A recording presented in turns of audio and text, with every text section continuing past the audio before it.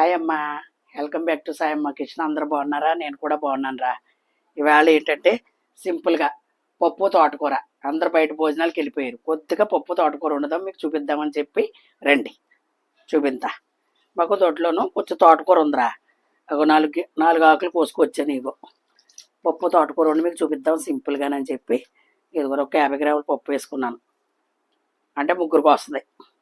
ఓకేనమ్మా, ఇదిగో రండి చూపిద్దా. ఇంకో 2 సార్లు కడుక్కున్నాను చక్కగా. అమ్మా ఇదిగో తోటకూర ఎంతో కదా, 4 ఆకులు తోటకూర.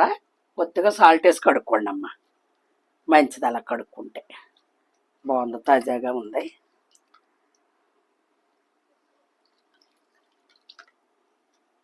ఓకేనా, చక్కగా 2-3 సార్లు కడుక్కుని ఏం పర్లేదు. తోటకూర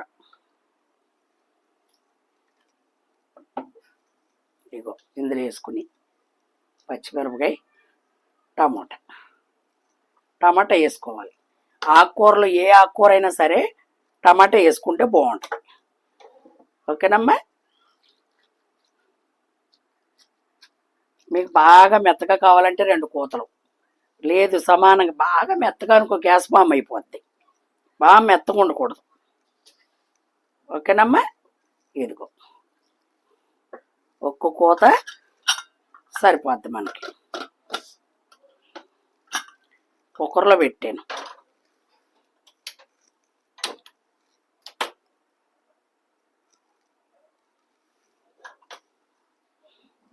ఇంకా పప్పు పొంగుద్దని చెప్పి ఇలా పెడతాను అనమాట. ఒక అందులో వేసుకుని అమ్మా ఎండుమిరపకాయ, ఎల్లుల్లిపాయ, జీలకర్ర, కరివేపాకు, ఆవాలు, కొద్దిగా చింతకాడ, అంతే. మనకు లూజుగా కావాలితే లూజుగా తాలింపు పెట్టుకోవచ్చు, చెక్కగా కావాలితే చెక్కగా. పప్పు తోటకూర చక్క కొంచెం లూజుగా ఉంటే బాగుంటుంది. ఆకుకూర ఏదైనా సరే లూజ్గానే ఉండాలి, పలసగా బాగుంటుంది. ముద్దకని తినకూడదు, గ్యాస్ ఫామ్ అవుతుంది. పప్పు కదా, పలసగా ఉంటే అరుగుదల కూడా బాగుంటుందిరా. అది ఒక్క కూతానికి ఒక కట్టుగా సరిపోద్ది అన్నమాట.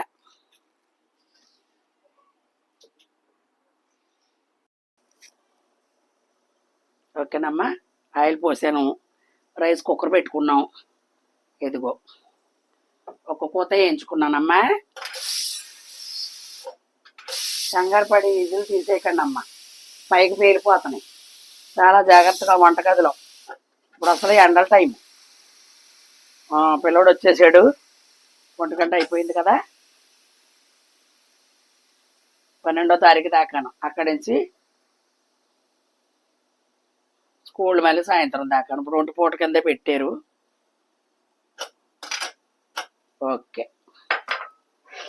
కంగారు పడకూడదు కుక్కర్ల విషయంలో, చాలా జాగ్రత్తగా ఉండాలి. ఆ వాచర్లు కూడా పట్టినయో లేదో చూసుకోవాలి.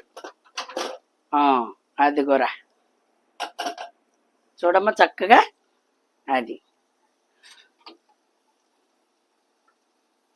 అదిగో ఒక్క కోతకే, ఇంకా జామ కింద అయిపోకూడదు, అంతే.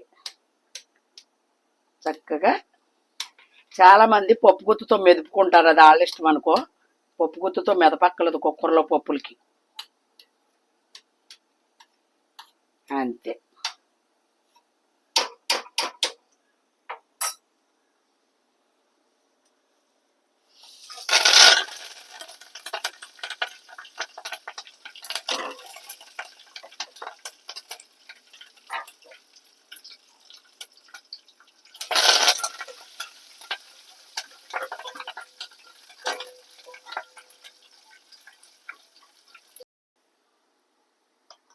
పోపులో కొద్దిగా ఇంగి వేసుకున్నానమ్మా.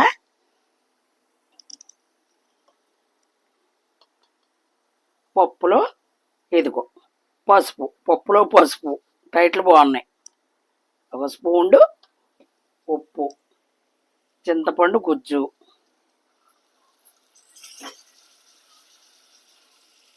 ఓకేనా. ఇప్పుడు ఇది పోపు మాడుతుందని కట్టుకున్నాను. ఒక్క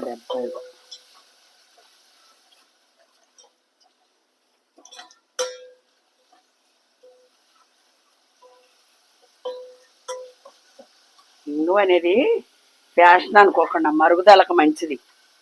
మరుగుదల మంచిది. ఇంగు వేసుకోవడంలో ఏమీ అవ్వదు. అదిగో అరసాళ్ళ పప్పు ఇది. సోల కూడా కదా అరసాళ్ళం. 50 గ్రాముల పప్పు ఇది. ఇదిగో అలా ఉండాలి పప్పు. చక్కగా ఇది ఒక్క దెబ్బ తగ్గేటప్పటికి మనకి ఎల్లో కలర్లో వచ్చేస్తుంది. అదిగో అయిపోయింది పప్పు తాలింపు. ఉప్పు చూసుకుందాం, పులుపు చూసుకుందాం. సిమ్లో పెడతాను.